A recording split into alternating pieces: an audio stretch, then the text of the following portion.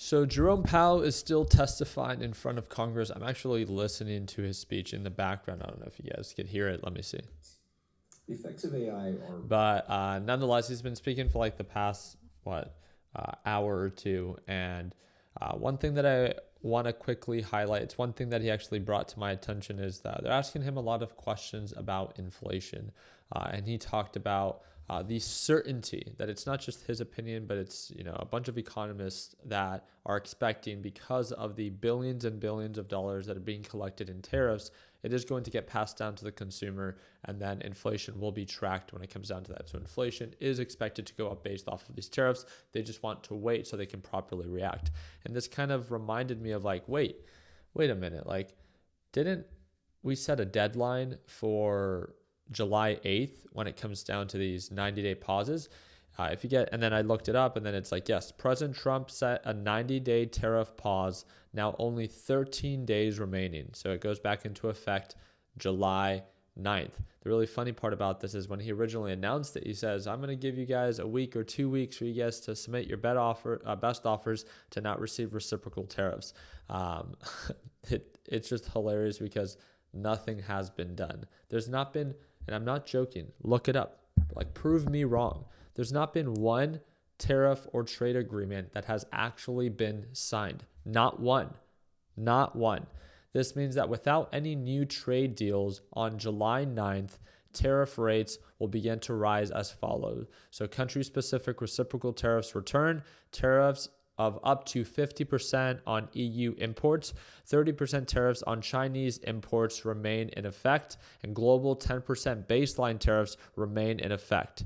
The S&P 500 is now 1,200 points higher than it was on April 9th when the 90-day tariff pause was announced. The trade war will soon take the spotlight. And I want you to make your own informed decision, because that's really what I just am here to share. Also, even before we get into that, a series of reports were released today. PCE report and then the GDP report came in.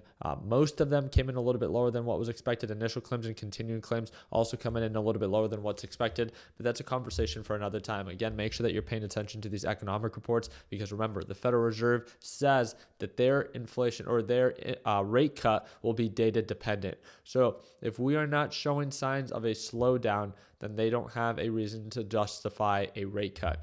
With that being said, what do you think is going to happen, understanding this deadline, knowing where the market is at as of right now? So market has, at least for NASDAQ, for QQQ, is now at all-time highs.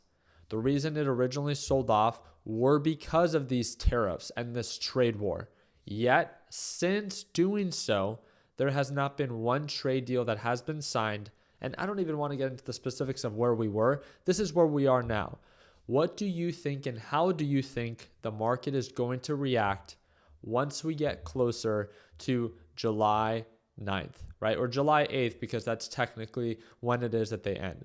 The simple idea is that, once these conversations begin to happen again, most likely the uncertainty is bound to get affected, right? The thing that is really odd about this is that these deadlines seem like they're made up. What originally became a really big issue that was driving the markets down, now it seems to be kind of in the back burner for Trump and the Trump administration. So why begin this chaos in the first place is my question. Nonetheless, I just wanted you guys to be aware so you are not surprised if in the days that follow, as we get closer to July 8th, if markets begin to downturn or maybe uptick based off of if positive news or the needle is actually moving in the right direction, right? Markets are irrational. They can drive prices up even higher if actual progress is put into effect when it comes down to these tariffs. But something needs to be done, right? Because on July 8th, they officially come to an end when it comes down to the pauses and go back into effect. And based off of the last time, we saw a downturn. So I'm not here to say that markets have to crash and markets have to drop.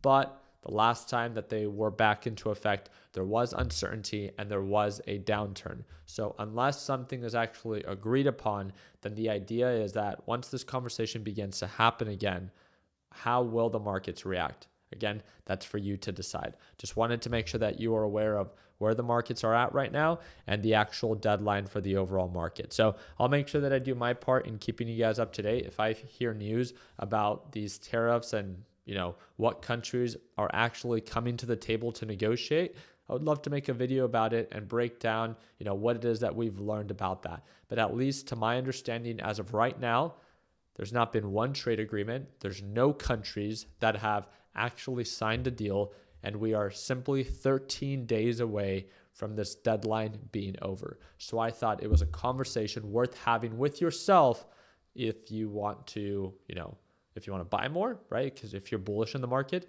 if you want to reduce your position, or if you want to sell altogether. So again, very excited to follow up. I hope to see you for our live trading session tomorrow. If you want to tune on in, second link in the description down below. Like always, let's make sure that we end the year on a green note. Take care, team.